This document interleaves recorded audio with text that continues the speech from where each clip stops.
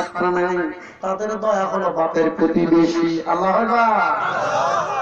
কোরআনে কি নাই ভাই, হাদিসে কি নাই আছে, কিন্তু আমরা চোখ থেকে অন্ধ বুঝি না, ঠিক কিনা বলেন? সম্মানিত ভাইরা আমার, বন্ধুরা রে, আজকে এত সুন্দর মাহফিল হওয়ার পরে কিছু কপাল পরা আছে না নাই? আর রাস্তার উপর থেকে ঘুরতেছে এইভাবে, হুজুর কি কয় দেখি দেবো, আটা লাগান যায় নাকি? তুমি লাগাবা, আমি সর্ষের তেল দিয়ে খুলে দিব। কেউ লোক বলুক করতেছে, দেখি কি হয়। এই কোরআন চলে গেলে আর পাওয়া যাবে না, চক্ষু বোঝে দুনিয়া অন্ধকার, ঠিক কিনা বলেন? একটাবার মৃত্যুবরণ করে দেখো, বাড়িতে জায়গা হবে না, খাটনিতে বাড়ির বাইরে বের করবে। মারা গেছে লাশ বাড়ির মধ্যে রাখো না। ও ভাই, ভাঙলে কি হবে? জায়গা দিয়ে কি হবে? টাকা দিয়ে জমি দিয়ে কি হবে? কোনো কিছু সেই দিন কাজে লাগবে না, যেই দিন তুমি থাকবে না। কথা ঠিক কিনা বলেন? এই জন্য আগের কবিরা গজল গাইতো, হুজুরেরা আজান দেওয়ার আগে মসজিদেরা গজল গাইতো, লক্ষ কোটি মুদ্রা করছো বালা খানা, হীরা মানিককে মুক্তা দিয়ে পালঙ্কের বিছানা, কিন্তু যেদিন ডাক পড়িবে কবর মাঝে শুইতে, জোগাড় কিছু করছো বন্ধু তার মাঝে বিছাইতে। কথা ঠিক আছে না নাই? আরো জোরে বলেন। তাহলে এই কথার একটা মানে আছে, কত সুন্দর কথা। লক্ষ কোটি দিয়ে জাতুই বাড়ি গাড়ি করো, একদিন মারা যাবে, কবরে কি বিছাইছো মানুষ সেটা বলো। কবি বলেছেন কি? কে বলেছেন? কবি বলেছেন। আর আমাদের কিছু নতুন কবি আছে, এরা গান গাইলো, আপনারা জানেন কি গান? বন্ধু যখন বউ নিয়া আমার বাড়ির সামনে দিয়া রঙ্গ করে হাঁটতে যায়, বুকুটা খাইতে যায়। এটা কি ভালো মানুষের গান নাকি? বন্ধু যখন বউ নিয়া আমার বাড়ির সামনে দিয়ে হাঁটতে যায়, বন্ধু বউ নিয়ে গেলে তোমার অসুবিধা কি? ওই তো শালিক নিয়ে যায় নাই। কথা বলেন না ভাই? এই মুসলমান, কথা বলতে হবে, বাস্তব কিনা? তাহলে বন্ধু যখন বউ নিয়ে হাঁটা যায়, ও তো শালিক নিয়ে যায়নি, পর মহিলা নিয়ে যায়নি, বেগানা প্রেমিকাকে নিয়ে যায় নাই। তাহলে বন্ধু যদি বউ নিয়ে আমার বাড়ির সামনে দিয়ে হাঁটা যায়, বুকটা ফাইটা যায়, এটা কি ভালো মানুষের কথা নাকি? না। এই মানুষের চরিত্র খারাপ, ঠিক কিনা বলেন? ভালো মানুষ তো কখনো বলবে না যে যায় বউ নিয়ে যায়, তোমার কি পারলে দোয়া করো, বউ নিয়ে হাঁটা যায় তোমার বুকটা ফাইটা যায়, মানে তোমার তুমি ভালো না মন্দ সেটা তো বোঝাই যায়। এই কথা বলেন না কেন? এই রকম শিল্পী নাস্তিক কুলঙ্গার যারা আছে, এরা শয়তানের খালা, এদের বুকে মারে ভালা, ঠিক কিনা বলেন? সুরসুরালি দেওয়া গান, বাজে গান তুমি বলবার, মুসলমান চেয়ে থেকে শুনবে। সেই মুসলমানের দেশে এখন ফজরের আজান হয়, আজান শুনে মুসলমানের ঘুম ভাঙ্গে। সেই দেশে এখন কোরআন দিয়ে বিয়ে হয়, যেই দেশে এখন আকিকা হয়, যেই দেশে কোরআনের মাহফিল হয়, এই জায়গায় বাজে গান গাবার, বাজে কথা বলবা, নিয়ে জাতি বড় লাগা মতো নেতা লোক হও না কেন, তোমার ছেড়ে দেওয়া হবে না। কারণ বাংলার 14 কোটি নয় মুসলমান যারা আছে, তারা যদি পেশাব করে, তুমি পেশাবের স্রোতে ভাসা যাবা। ফের বলেন ঠিক কিনা? ঠিক কিনা? মারা তো দূরের কথা, শুধু পেশাব করে দিলে তুমি ভাসা যাবা। কি ঠিক আছে না? তাহলে এত বড় গাল গাপ্প কি পাও মেয়ের? কয়দিনের ক্ষমতা? কষ্ট নিয়ে বলতে হয়। এবার দায়াতুল কলবি স্ত্রীকে বলে, এটাই আমার সন্তান হবে, কারণ এত সুন্দর চেহারা, চেহারা তোমার মালিককে। আর ঘরে বলেন, দায়াতুল কলবের স্ত্রী বলে, দেখো তোমার মতো সুন্দরী হয়েছে, আসলেই তোমার কন্যা। এবার চলে বলে কৌশলে, দায়াতুল কলবি এইবার স্ত্রীকে বললো, তুমি আমার সেজে দাও গো, আমি তাকে নিয়ে দাওয়াত খেতে যাব। অভিনয় করলে কিন্তু মানুষ কাঁদবে। অভিনয় যারা জানে কি সুন্দর অভিনয়, আমি নাম বলবো না। আপনাদের এলাকা দিয়ে আসলাম, একটা মোটর সাইকেল আলা ভাই আমাকে বললো, হুজুর এইখানে একটা ভাঙন হচ্ছে, দেখেন এই জায়গায় নতুন বাচ্চা হচ্ছে, আপনি দেখেন। বলে হ্যাঁ দেখলাম, কি হয়েছে? বলে এখানে বড় বড় মাহফিল হতো হুজুর, তারপরে কি হয়েছে? কয় ভাড়াই মা। কি মা? আরে যেখানে ভাটায় মা হবে সেখানে আল্লাহর বরকত হবে না, ওটা জাহান্নামের গর্ত হবে। জোরে বলেন ঠিক কিনা? এ মিয়া ভাত খাও, পিঠা খাও, করবো না। আল্লাহ তোমার জন্য দুনিয়া টিকে রাখে না, টিকে রেখেছে কিছু আলেম ওলামার কারণে। ঠিক কিনা বলেন? আজকে খালি সামসামি গল্প শিখছো মিয়া, আসো এই কোরআনের কাছে আসো, কত বড় নেতা দেখো মিয়া, আসো। সম্মানিত ভাইরা কষ্ট হচ্ছে। আমার দায়াতুল কওমের সুন্দর করে স্ত্রীর কথা মতো মেয়েকে সাজায়া গুছায়া কন্যাকে নিয়ে রওনা দিলেন জঙ্গলের পথ ধরে। ছোট্ট মেয়ে যায় আর বলে, বাবা এই অচেনা রাস্তা দিয়ে তুমি আমাকে কই নিয়ে যাও বাবা। কতদিন এই সমাজের মধ্যে বড় হলাম, কোনদিন আমি এই রাস্তা দেখলাম না, চিনলাম না। এবার দায়াতুল কওমি বলে, বাবা চলো তোমাকে চাচার বাড়িতে দাওয়াত খেতে দিল।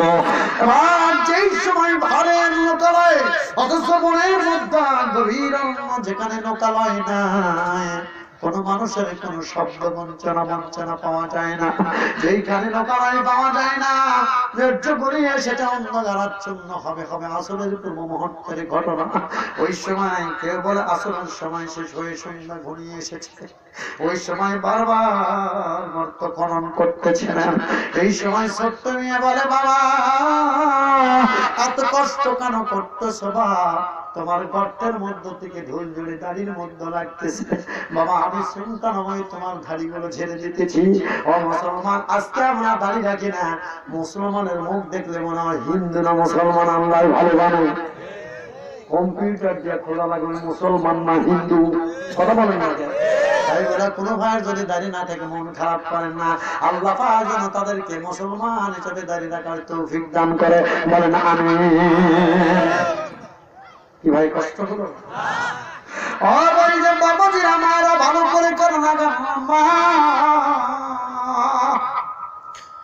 এবার গর্ত যখন খনন করা শেষ, ওই সময় দায়াতুল কওমি বলে, মা এখানে আসো, দেখো কি সুন্দর জিনিস দেখা।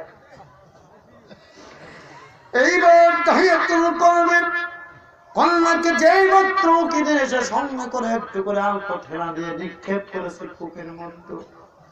এই কূপের মধ্যে পড়ে কাঁদাকাটি করে, বাবা আমি দুনিয়াতে কোনদিন তোমাকে বাবা বলে ডাকবো না। ও বাবা আমাকে মুক্তি দাও, বেঁচে না কোনদিন বাবার দ্বারা দুনিয়া অধিকার নিয়ে তোমার সামনে দাঁড়াবো না। দায়াতুল কওমি বলে, নবীজি এই কথাগুলো যখন বলতেছিল দায়াতুল কওমি কাঁদে, নবীও কান্দে। আমার নবীর দাড়ি মোবারক ভেজে ভেজে পানি পড়ছে। আমার নবী কাঁদে আর বলে, দায়াতুল কওমি বলো বলো, কোন পিতা কি নিষ্ঠুর আমরা হতে পারে নাকি? দায়াতুল কওমি বলে, নবীজি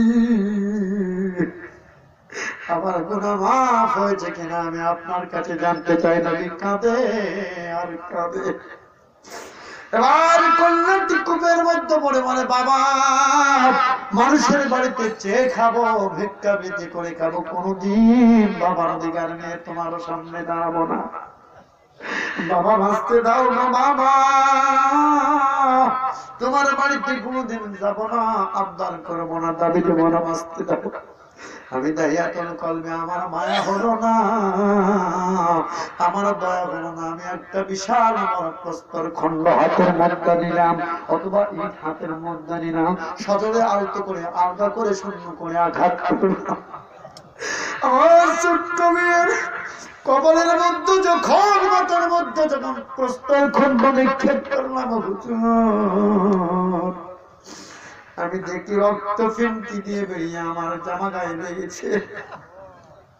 আমার মেয়ের রক্তে রঞ্জিত আমার মুখ, জামা কাপড়।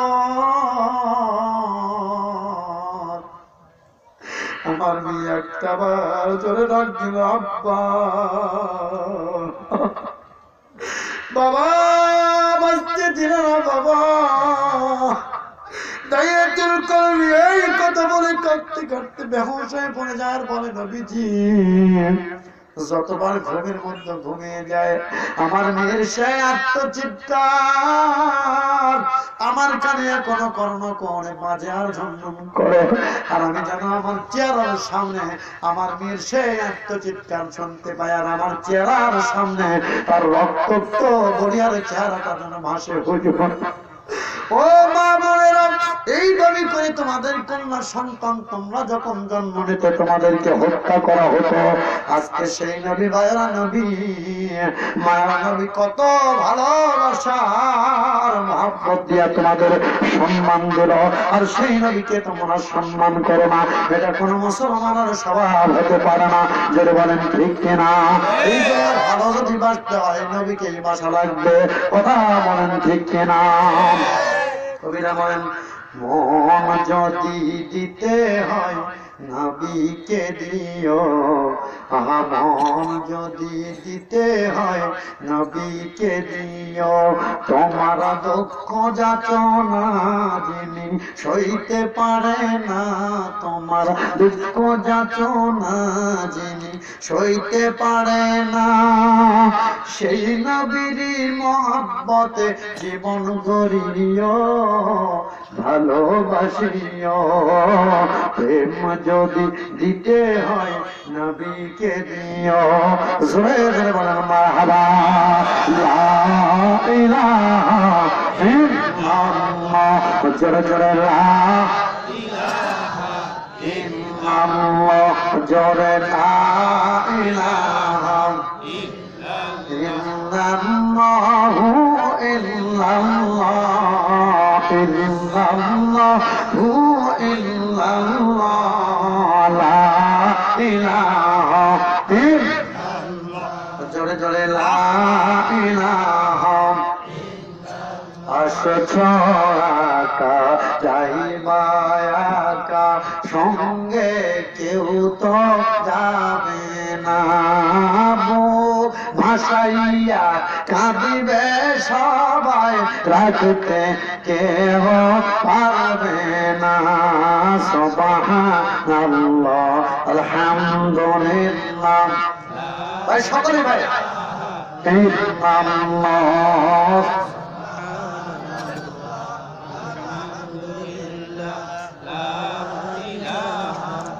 সম্মানিত ভাইরা বাবাদের লক্ষ্য করেন, এই জন্য মা নবী বলেছে মেয়েরা যদি 4টি কাজ করে, কয়টা?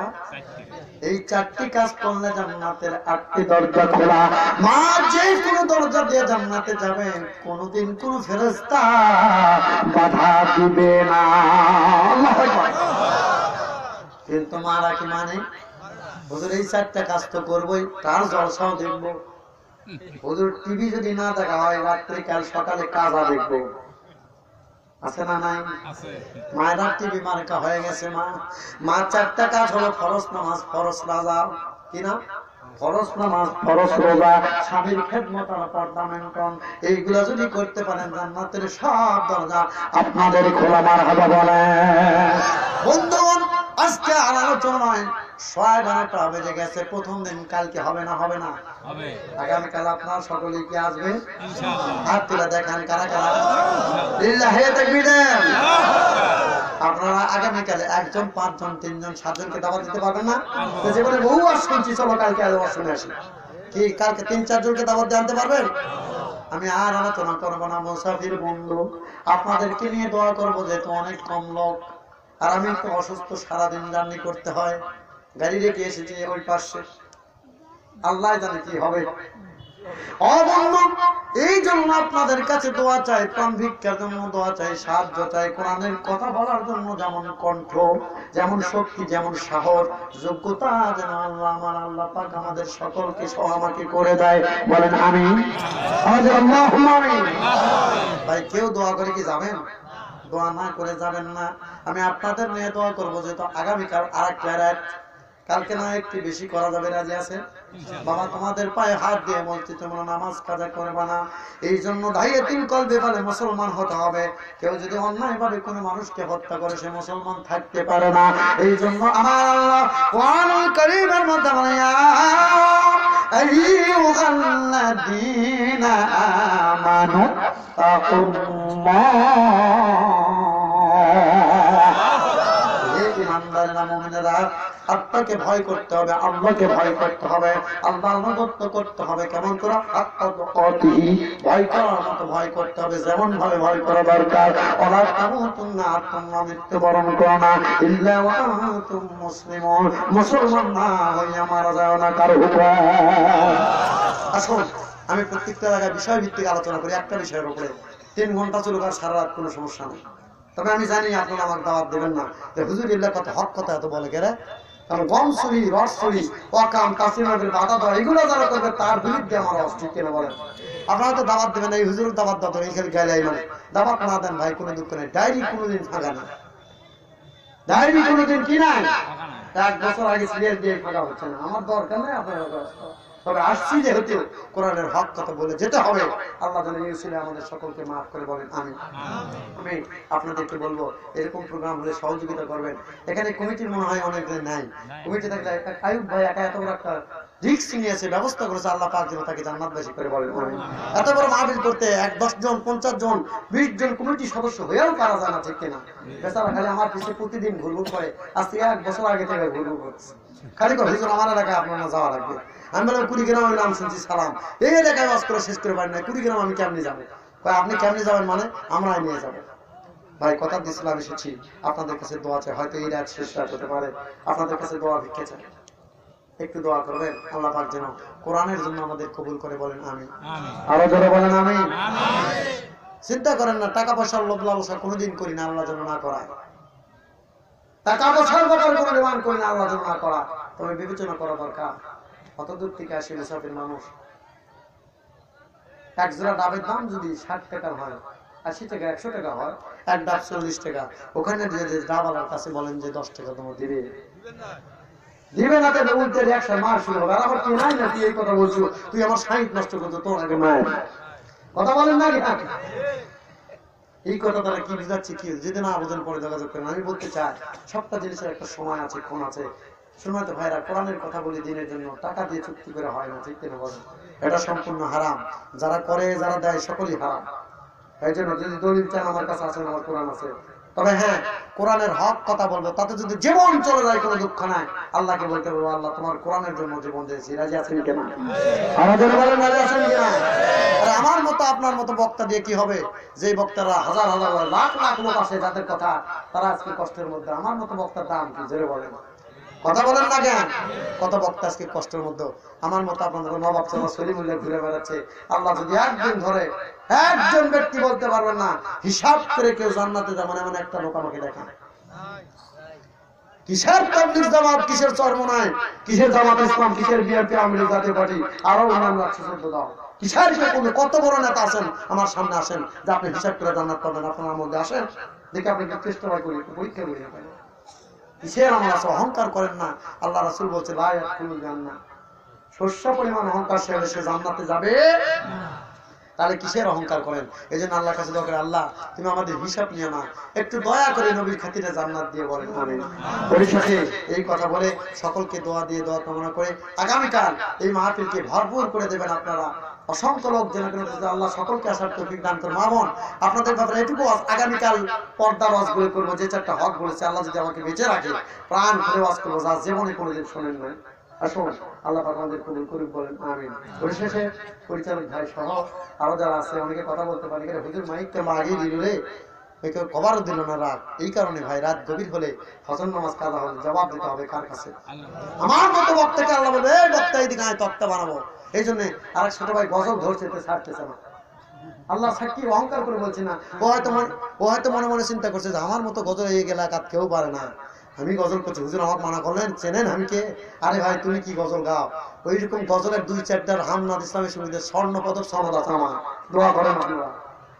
এই কথা বলেন না কেন? অহংকার নিয়ে বলেন আল্লাহর কোরআন সাক্ষী, ওই রকম গজল গান সোনার পদক আছে 2-4-10,000 সার্টিফিকেট আমাদের আছে। তাহলে সেই সোনার পদক, সেই গজল গান আমরাও গাইতে পারি। দুনিয়ার এই কোনটা পানের শিল্পী টিপি কাম বাজেনি, কিন্তু বলি না যে ওটা হারাম। এই কোনভাবে শিল্পী ইয়েস কার্ড পাওয়া, এ নিয়ে তোমাদের মতো শিল্পী আমাদের পকেটে থাকে, যারা বাদ্যযন্ত্র না আমাদের গান গাওয়া পারো না। আসো এই এলাকায় যদি থাকো পুরো গ্রামে 2-4টা আসো, দেখো ইয়েস কার্ড তুমি পাও না আমি পাই, এটা যে আসো গান গাবো, দর্শক বিচার করবে, ঠিক না বলো? আসুন আল্লাহর কাছে দোয়া চাই, দোয়া করি। আস্তাগফিরুল্লাহ পড়েন। আস্তাগফিরুল্লাহ রাব্বি মিন কুল্লি যামবি ওয়া আতুবু ইলাইহি লা হাওলা ওয়ালা কুওয়াতা ইল্লা বিল্লাহিল আলিয়্যিল আযীম। আস্তাগফিরুল্লাহাল্লাযী লা ইলাহা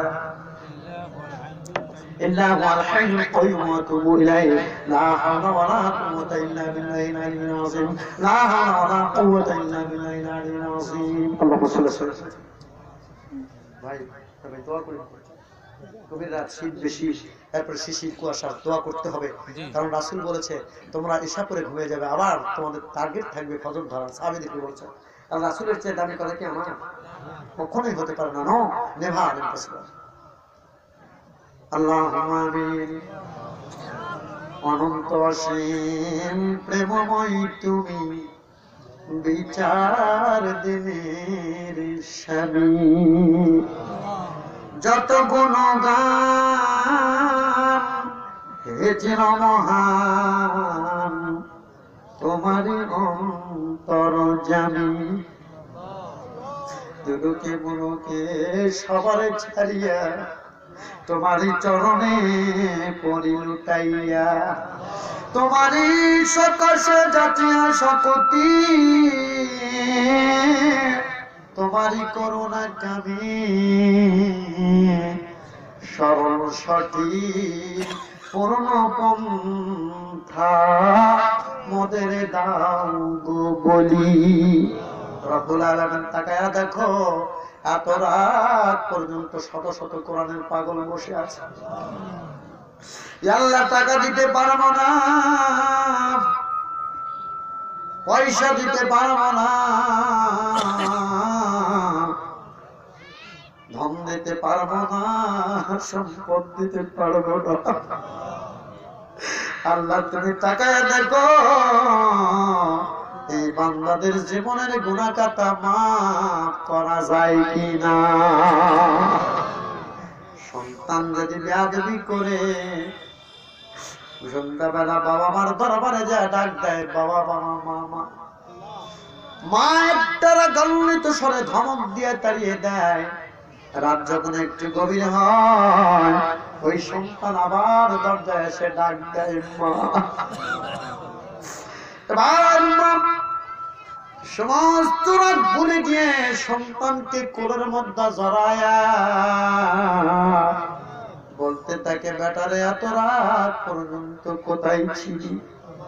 মা যদি সামান্য দয়ার কারণে এমন হয়, আল্লাহ তোমার তো লক্ষ কোটি কোটি গুণে মায়া তোমার বেশি, আমাদের সকলকে তোমার রহমতের কোলে উঠায় আনাও। আল্লাহ গো এই মাহফিলের ইন্তজাম যে ভাই করেছে, যারা করেছে, কষ্ট করে যারা শ্রম দিয়েছে, আজকের ডেকোরেশন মাইক সহ আল্লাহ এত সুন্দর সার্ভিস যারা দিল তাদের জন্য দোয়া করি কাল কিয়ামতে জান্নাত দিয়ে তুমি তাদের মেহমানদারি করো। আল্লাহ এখানে কত মানুষ আমি নিয়ে হাত উঠাইছে হুজুর, আমরা জানি আমরা কতদিন বাবা মাকে বাবা বলে ডাকতে পারি না। আমাদের মধ্যে কত ভাই আজকে কতদিন মাকে মা বলে ডাকতে পারে না। আল্লাহ দুনিয়াতে যত মধু দিয়েছ আল্লাহ, দুনিয়াতে লক্ষ টাকা খরচ করলে হজ কবুল হবে কিনা গ্যারান্টি নেই, কিন্তু তুমি বলেছো কোন সন্তান যদি কোন পিতা মাতার দিকে নেক নজরে তাকায় ওই সন্তানের আমলনামায় কবুলিয়াতের হবে সব দেওয়া হয়। আল্লাহ আমি জানি না এই ভাইদের মধ্যে কার সেই দরজা চিরজীবনের জন্য বন্ধ হয়ে গেছে। আল্লাহ যে পিতা মাতা কত কষ্ট করে ডেলিভারির সময় গলা কাটা মুরগির মতো ছটফট করে রক্তের অজনিত হতো, কত মা আমার মতো সন্তানকে দুনিয়ার মুখ দেখাইতে গিয়া দুনিয়ার মুখ থেকে চিরবিদায় নিয়ে চলে গেল। আল্লাহ সেই পিতা মাতা কেমন আছে আল্লাহ আমরা জানি না, সেই পিতা মাতা কেমন আছে কবরে জানি না। বাবা মা মোদেরা কেমন আছে আল্লাহ কবরে বাবা মা মোদের কেমন আছে আল্লাহ কবরে মাগর মাওলা রাইখো তাদের আদরে দয়ার আল্লাহ রাইখো তাদের আদরে সকলেরই দরজা হইতে মোলা ফিরিয়া সকলেরই দরজা হইতে মোলা ফিরিয়া তোমার দরজায় রইলাম মোরা গভীর জনতে পড়িয়া আল্লাহ তোমার দরজায় গভীর রজনীতে আল্লাহ রয়েছি পড়িয়া আল্লাহ আমাদের সকলের পিতা মাতাকে তুমি মাফ করে দাও আল্লাহুম্মা রাব্বিরহামহুমা কামা রাব্বায়ানি সগীরা আল্লাহ আমাদের মধ্যে যে ভাইরা পরীক্ষার্থী আল্লাহ পরীক্ষায় কামিয়াবি দাও যারা ব্যবসা করে বরকত দাও যারা চাকরি করে বরকত দাও যারা বেকার কর্মসংস্থানের ব্যবস্থা করো আল্লাহ যারা দেশ চালায় বিরোধী দল সরকারি দল সকলকে ভালো সম্পর্ক দাও আল্লাহ দুনিয়ার মধ্যে কত আলিম ওলামা কত ভাইরা কষ্টের মধ্যে নির্যাতিত নিপীড়িত বঞ্চিত জেলখানা হামলা মামলা মোকদ্দমা আল্লাহ সকলের সবকে কুদরত থেকে তুমি আসান বানায়া দাও আমাদের দেশের প্রতি খাস রহমত নাজিল করব আল্লাহ আল্লাহ যারা অনুমতি দিয়েছে সাহায্য করেছে তাদেরকে তুমি কবুল করো আল্লাহ আমার মতো গুনাহগার হয়তো এই মাহফিলে কেউ নাই আল্লাহ কত কোজি কাসা কত মাসুম কত মামুন হাবিব সাহেব আলেমান আমার ইমাম মুয়াজ্জিনেরা আল্লাহ যারা হাত তুলেছে মাওলা সবচাইতে বড় কথা যারা দাড়ি পাকা মানুষ তোমার হাবিব বলেছে দুনিয়ার সব মানুষের দোয়া কবুল না হলে আল্লাহ তুমি বলেছো দাড়ি পাকা মানুষের দোয়া ফিরাইয়া দিতে বড় লজ্জা পায় আল্লাহ আমি গুনাহগার হতে পারি আমি নিজে কেমনই করছি সব চাইতে বড় পাপী তুমি আমাকে ধরো না কোরআনের খাতিরে নবীর খাতিরে এই বড়বি বাবাজি কচি কাঁচা যুবকদের খাতিরে এই কচি কাঁচা কচা কাটা বাসীদের খাতিরে আল্লাহ তুমি আমাদের দোয়াগুলি কবুল করে না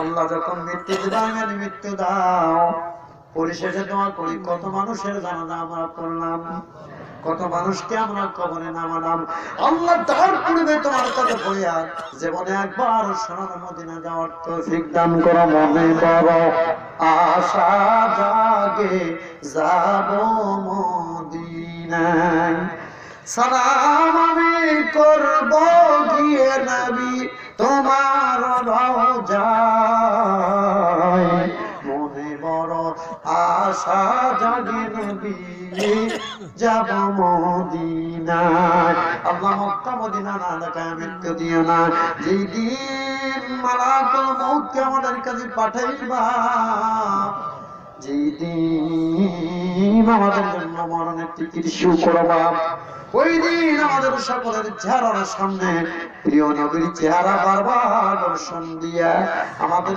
সকলের জবানে জারি করে দিও মধুর কালিমা লা ইলাহা ইল্লাল্লাহু মুহাম্মাদুর